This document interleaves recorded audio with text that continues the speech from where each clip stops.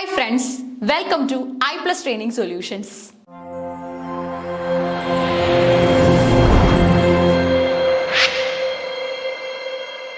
ഇന്നത്തെ ഈ വീഡിയോയിലൂടെ നമ്മൾ ഡിസ്കസ് ചെയ്യാനായിട്ട് പോകുന്നത് നമ്മുടെ നോബൽ വിന്നേഴ്സിനെ കുറിച്ചാണ്. ഓക്കെ, സാഹിത്യത്തിലും അല്ലാതെയും നോബൽ സമ്മാനം നേടിയിട്ടുള്ള ഒരുപാട് ആൾക്കാരുണ്ട് അല്ലെ, ഒരുപാട് ഫേമസ് ആയിട്ടുള്ള പേഴ്സണാലിറ്റീസ് ഉണ്ട്. സോ അവരെ കുറിച്ചാണ് ഇന്നത്തെ ക്ലാസ്സിൽ നമ്മൾ ഡിസ്കസ് ചെയ്യാനായിട്ട് പോകുന്നത്. നമ്മുടെ കോർ ഏരിയ എത്ര നോക്കിയാലും ജനറൽ ആയിട്ടുള്ള ചോദ്യങ്ങൾ ഉറപ്പായിട്ടും സെറ്റ് പരീക്ഷകൾക്ക് വരാറുണ്ട്. ഓക്കെ, അതായത് ബേസിക് ഇൻഫർമേഷൻ അല്ലെങ്കിൽ നമ്മളുടെ പൊതു അറിവുകൾ ചെക്ക് ചെയ്യുന്ന തരത്തിലുള്ള ചോദ്യങ്ങൾ നമുക്ക് അപ്പിയർ ചെയ്യും.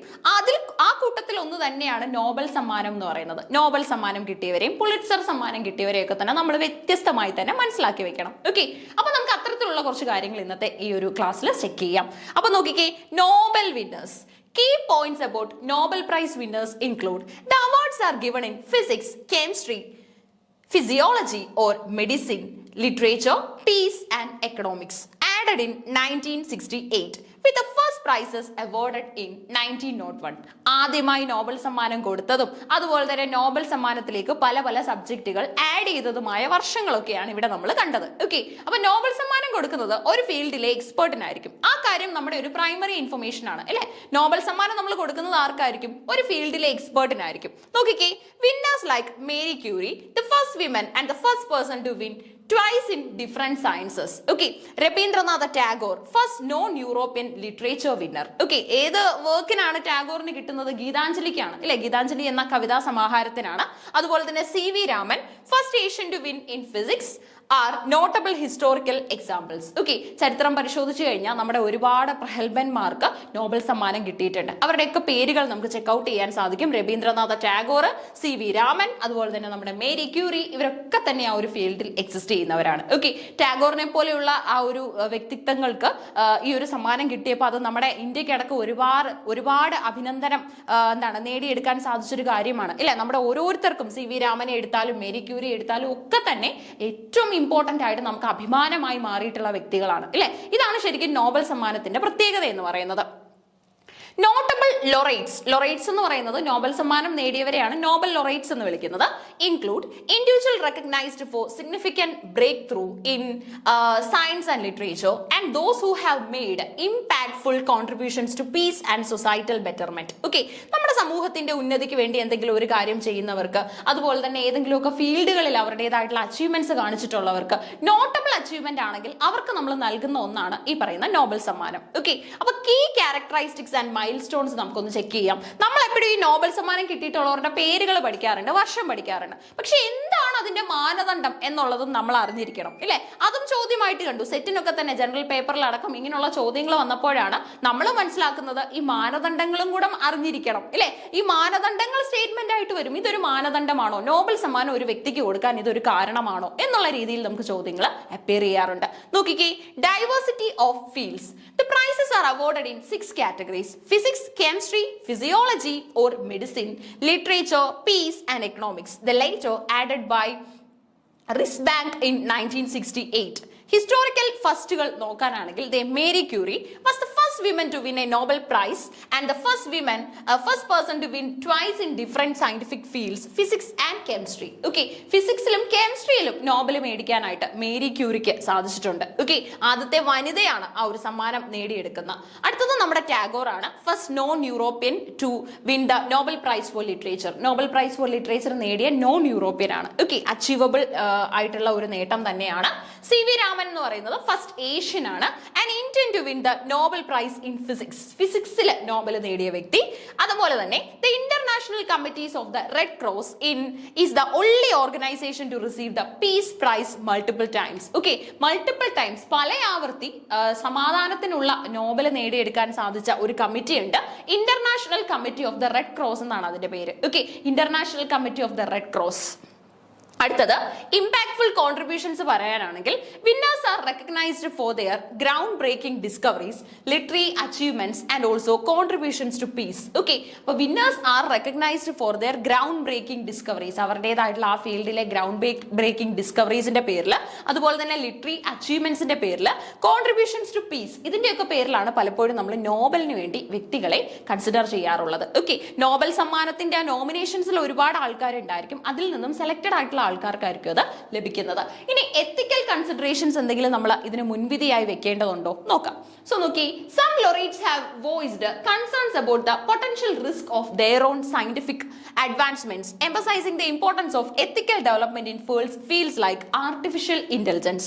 നോബൽ പ്രൈസ്, ഓക്കെ, അപ്പൊ നോബൽ പ്രൈസ് നമ്മൾ കൊടുക്കുന്ന സമയത്ത് ആർട്ടിഫിഷ്യൽ ഇന്റലിജൻസ്, ഇന്നറിയാം നമുക്ക് AI കാലമാണ് അല്ലെ, എല്ലാ കാര്യങ്ങളും AI കൺട്രോളിലൂടെയാണ് മുന്നോട്ട് പോകുന്നത്. സോ അതുകൊണ്ട് തന്നെ ഇത്തരത്തിലുള്ള കാര്യങ്ങൾ മനസ്സിലാക്കി നമ്മൾ കൃത്യമായി ഇത് പോയിന്റ് ഔട്ട് ചെയ്യേണ്ടതും അത്യാവശ്യമാണ്. ഓക്കെ, സോ നോക്കിക്കേ, നോബൽ പ്രൈസ് നമ്മൾ ഇനി ഇവിടെ ചെക്ക് ചെയ്യാൻ പോണ് ലിറ്ററേച്ചറിലെയാണ് എടുത്തിട്ടുള്ളത് കേട്ടോ. അപ്പൊ 2010 മുതൽ കറണ്ട് ഇവന്റ് വരെയുള്ള, അതായത് ലാസ്റ്റ് ആയിട്ട് നോബൽ കിട്ടിയ ആളിന്റെ പേര് വരെയാണ് നമ്മൾ നോക്കാനായിട്ട് പോകുന്നത്. ആദ്യം നമ്മൾ നോക്കിയത് പൊതുവായിട്ട് നോബൽ സമ്മാനം, അത് പൊതുവായിട്ട് നമ്മൾ നോക്കി, ജനറൽ കാറ്റഗറിയിലെല്ലാം തന്നെ കൊടുക്കുന്നത്.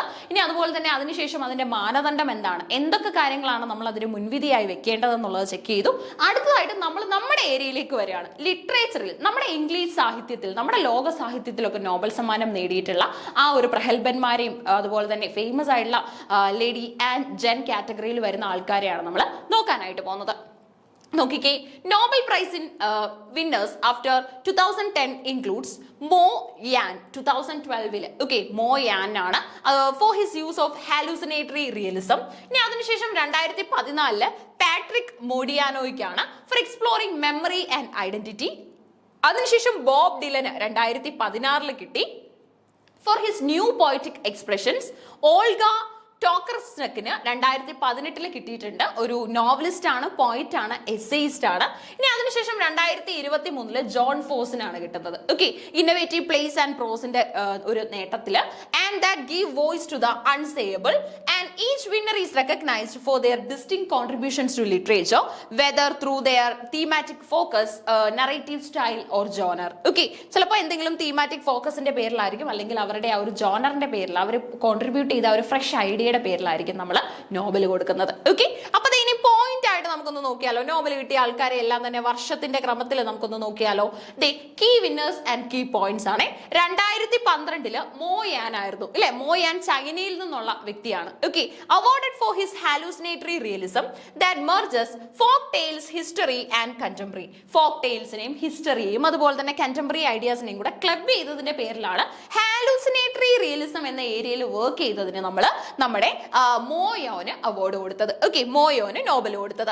ഇനി പാട്രിക് മോഡിയാനോയ്ക്ക് നോബൽ കിട്ടിയിട്ടുണ്ട് 2014. ഫ്രാൻസ് ആണ് കേട്ടോ, ഫ്രാൻസ് ആണ് native place. Recognised for a body of work that explores the complexities of memory and identity. നമ്മുടെ മെമ്മറിയുടെയും ഐഡന്റിറ്റിയുടെയും ഒക്കെ തന്നെ കോംപ്ലക്സിറ്റീസ് കൺവേ ചെയ്യുന്ന തരത്തിലുള്ള ഒരു വർക്കായിട്ട് നമുക്കിതിനെ കാണാൻ സാധിക്കും.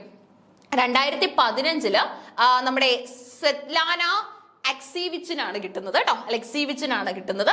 ബെലാറസ് ആണ് native place. Honoured for her polyphonic writings, a style that collects and presents multiple voices. multiple voicesനെ കളക്ട് ചെയ്ത് റെപ്രസെന്റ് ചെയ്യുന്ന ഒരു പ്ലാറ്റ്ഫോം. ഓക്കെ, അതിനെയാണ് ശരിക്കും ഇവിടെ പോളിഫോണിക് റൈറ്റിംഗ്സ് എന്ന് പറയുന്നത്. സോ ആ ഒരു ജോണർ, ആ ഒരു കാറ്റഗറി പോപ്പുലറൈസ് ചെയ്തതിനാണ് നമ്മുടെ ഫേമസ് ആയിട്ടുള്ള അലക്സീവിച്ചിന് ഈ ഒരു നോബൽ സമ്മാനം ലഭിക്കുന്നത്. ഇനി 2016 നമ്മുടെ ബോബ് ഡിലൻ ആയിരുന്നു. 2016 മുതലുള്ള ആൾക്കാരുടെ പേരെല്ലാം നമ്മുടെ മെമ്മറിയിൽ ഉണ്ടായിരിക്കും, കാരണം ഒരുപാട് പണ്ടല്ലല്ലോ, അതുകൊണ്ട് തന്നെ നമ്മൾ അത് ഓർത്തിരിക്കാൻ സാധ്യതയാണ്. ബോബ് ഡിലൻ USA ആണ് കേട്ടോ, യുണൈറ്റഡ് സ്റ്റേറ്റ്സ് ഓഫ് അമേരിക്ക. നോക്കിക്കേ, കീ പോയിന്റ് പറയാനാണെങ്കിൽ awarded for having created new poetic expressions within the great American song tradition. അതായത് ഈ ഗ്രേറ്റ് അമേരിക്കൻ സോങ് ട്രഡീഷനിലേക്ക് പുതിയ പുതിയ തരത്തിലുള്ള പോയിറ്റിക് എക്സ്പ്രഷൻസ്, പുതിയ പുതിയ തരത്തിലുള്ള ഐഡിയാസ് കോൺട്രിബ്യൂട്ട് ചെയ്തതിനാണ് ബോബ് ഡിലന് അവാർഡ് കിട്ടുന്നത്. ഓക്കെ, 2016 ഇനി 2018 വന്നു കഴിഞ്ഞാൽ ഒൽഗ ടോക്കർസക്കിനാണ് കേട്ടോ, ഒൽഗ ടോക്കർസക്ക്, പോളണ്ട് ആണ്. Winner in 2018, recognised as a novelist, പോയിറ്റ് ആൻഡ് എസ്സേയിസ്റ്റ്. ഓക്കെ, നോവലിസ്റ്റ് ആയിട്ടും പോയിറ്റ് ആയിട്ടും എസ്സേയിസ്റ്റ് ആയിട്ടും ഒക്കെയാണ് നമ്മൾ ഇവിടെ കൺസിഡർ ചെയ്യുന്നത്. അപ്പൊ ഇവിടെ ഏറ്റവും സെലക്ടഡ് ആയിട്ട് നമ്മൾ ഈ ഒരു ഡിസ്കഷൻ എടുത്തിട്ടുള്ളത് എല്ലാം PYQ മാത്രമാണ് കേട്ടോ. നമ്മൾ ഇനി ഫർദർ വീഡിയോസ് ഒക്കെ ആകുമ്പോൾ നമുക്ക് വീണ്ടും പുതിയ പുതിയ നോബൽ വിന്നേഴ്സിനെ പഠിക്കാം. നമ്മൾ ഇവിടെ സെലക്ടഡ് ആയിട്ടുള്ള ഇയേഴ്സും സെലക്ടഡ് ആയിട്ടുള്ള റൈറ്റേഴ്സിനെയും എടുത്തിട്ടുള്ളതിന്റെ റീസൺ എന്ന് പറയുന്നത് ഇവരൊക്കെ തന്നെ PYQ അതുകൊണ്ട് എടുത്തതാണ്. ഓക്കെ, പണ്ടുള്ള നമ്മുടെ കുറച്ച് പഴക്കം ഉള്ള നോബൽ വിന്നേഴ്സിനെ നമ്മൾ അറിയണം. അതൊക്കെ നമ്മൾ ഫർദർ വീഡിയോസിൽ ചെയ്യുന്നതായിരിക്കും. ഇപ്പൊ ഇതിന്റെ ഒരു കൺസിഡറേഷൻ, ഇത്രയും റൈറ്റേഴ്സിനെ സെലക്ട് ചെയ്യാനുള്ള റീസൺ എന്ന് പറയുന്നത് PYQ മാത്രം ബേസ് ചെയ്തിട്ടാണ്. ഇനി നോക്കിക്കേ, Peter ഹാൻകോന്റെ ഓസ്ട്രിയയാണ്, honored for his influential work which uses linguistic ingenuity to explore human experience. Human experience explore ചെയ്യാനായിട്ട് ലിംഗ്വിസ്റ്റിക് ഇൻജെന്യൂറ്റി ഒക്കെ യൂസ് ചെയ്തതിന്റെ പേരിലാണ് റൈറ്ററിനെ നമ്മൾ നോബൽ സമ്മാനം നൽകി ആദരിച്ചത്. ഓക്കെ, അടുത്ത നോക്കിക്കേ, 2020 ആർക്കായിരുന്നു? നമ്മുടെ ലൂയിസ് ഗ്ലക്കിൻ ആയിരുന്നു അല്ലെ? ലൂയിസ് ഗ്ലക്കിൻ ആണ് USA സോക്കി point winner for her work as a point. Okay, ഒരു പോയിന്റ് എന്ന നിലയിലുള്ള പ്രവർത്തനങ്ങൾക്ക് വേണ്ടി, അതുപോലെ തന്നെ ആ ഒരു ഫീൽഡിൽ നടത്തിയിട്ടുള്ള സംഭാവനകൾക്ക് വേണ്ടിയാണ് റൈറ്ററിന് നമ്മൾ നോബൽ കൊടുത്തത്. ഓക്കെ, നോബൽ സമ്മാനം നൽകി നമ്മൾ ആദരിച്ചത്. ഇനി 2021 അബ്ദുൾ റസാഖ് ഗുർനായ്ക്കാണ് അല്ലെ? അബ്ദുൾ റസാഖ് ഗുർന, ടാൻസാനിയാണ് place, awarded as a novelist. ഒരു നോവലിസ്റ്റ് എന്ന നിലയിലുള്ള പ്രവർത്തനങ്ങൾക്കാണ് നമ്മൾ അവാർഡ് കൊടുത്തത്. ഇനി 2023 ജോൺ ഫോസിനാണ് നോബൽ കിട്ടിയത്. ഓക്കെ, നോർവേ ആണ് സ്ഥലം. honored for his innovative plays and prose which give voice to the unsayable. നമ്മളെപ്പോഴും അൺസേബിൾ അല്ലെങ്കിൽ സബേൾട്ടൺ, മ്യൂട്ടഡ് കമ്മ്യൂണിറ്റി എന്നൊക്കെ പറയും. ഓക്കെ, ഈ ഫീൽഡിൽ പ്രവർത്തിച്ചിട്ടുള്ള ഒരുപാട് പേരുണ്ട്. നമ്മുടെ എഡ്വേർഡ് സെയ്ദിനെ നിങ്ങൾ ഓർക്കുന്നുണ്ടോ? എഡ്വേർഡ് സെയ്ദ് ഓറിയന്റലിസം എന്ന ഫീൽഡിൽ കൂടുതലായിട്ടും കോൺട്രിബ്യൂഷൻ നടത്തിയ വ്യക്തിയാണ് അല്ലെ? അപ്പൊ ഈ എഡ്വേർഡ് സെയ്ദിനെ പോലെയുള്ള ആൾക്കാർ, അല്ലെങ്കിൽ നമ്മുടെ ഫോസിനെ പോലെയുള്ള ആൾക്കാരൊക്കെ ചേർന്നിട്ടാണ് അൺസേബിൾ ആയിട്ടുള്ള പീപ്പിളിന്റെ വോയിസ് ആയിട്ട് നിന്നത്. ഓക്കെ, സോ അതിനെ റെപ്രസെന്റ് ചെയ്യുന്ന തരത്തിലുള്ള കുറച്ച് റൈറ്റിംഗ്സും നമുക്ക് കിട്ടും. ഇനി 2024 Nobel prize winner in literature was awarded to the South Korean author Han Kang, born 1970, for her intense poetic prose that confronts historical traumas and exposes the fragility of human life. Okay, നമ്മുടെ ലൈഫിന്റെ ഒരു പാർട്ടാണ് തന്നെയാണ് trauma എന്ന് accept ചെയ്യുന്ന തരത്തിലുള്ള കുറച്ച് writings നടത്തിയിട്ടുണ്ട് writer. It was announced by the Swedish Academy in Stockholm, Sweden on 10 October 2024 and was awarded on 10 December 2024. ഏറ്റവും റീസെന്റ് ആയിട്ടുള്ളത് ആയതുകൊണ്ടാണ് ആ ഒരു സ്പെസിഫിക് ഡേറ്റ് അടക്കം നമ്മൾ ഇവിടെ ഇൻക്ലൂഡ് ചെയ്തത്. ഓക്കെ, അപ്പൊ നമ്മുടെ നോബൽ ജേതാക്കളെയാണ് ഇന്നത്തെ ഈ ഒരു ഷോർട്ട് വീഡിയോയിൽ നമ്മൾ ഡിസ്കസ് ചെയ്തത്.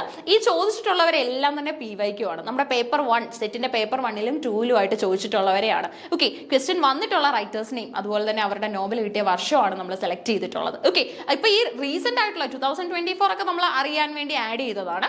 അതിന് മുൻപുള്ളതൊക്കെ തന്നെ നമുക്ക് ഏറ്റവും ഇമ്പോർട്ടന്റ് ആയിട്ട് പല വർഷങ്ങളിൽ ചോദിച്ചിട്ടുണ്ട്. ഓക്കെ, ആ ഒരു അപ്രോപ്രിയേറ്റ് ഇയേഴ്സിൽ തന്നെ, കണ്ടംപററി ഇയറിൽ തന്നെ ചോദിച്ചിട്ടുണ്ട്. ഇപ്പം നോബൽ അനൗൺസ് ചെയ്ത് കഴിഞ്ഞാൽ അടുത്ത സെറ്റ് പരീക്ഷയ്ക്ക് അതൊരു ചോദ്യമാണെന്നുള്ള കാര്യം നമുക്ക് ഷുവർ ആണ് അല്ലേ? സോ അത്തരത്തിലുള്ള കാര്യങ്ങൾ കൃത്യമായിട്ട് മനസ്സിലാക്കി വേണം നിങ്ങൾ എക്സാമിന് പോകാനായിട്ട്. അപ്പൊ കണ്ടംപററി ഏരിയാസും കൂടെ പഠിക്കുക കേട്ടോ. അതായത് ഏറ്റവും ഇമ്പോർട്ടന്റ് ആയിട്ട് വരുന്ന ലിറ്ററേച്ചറിലെ ഡെവലപ്മെന്റ്സും കൂടെ നമ്മൾ നമ്മുടെ ലിറ്റററി വർക്കുകളുടെ കൂടെ തന്നെ പഠിക്കാനായിട്ട് ശ്രമിക്കണം. Okay, so all the best. Thank you.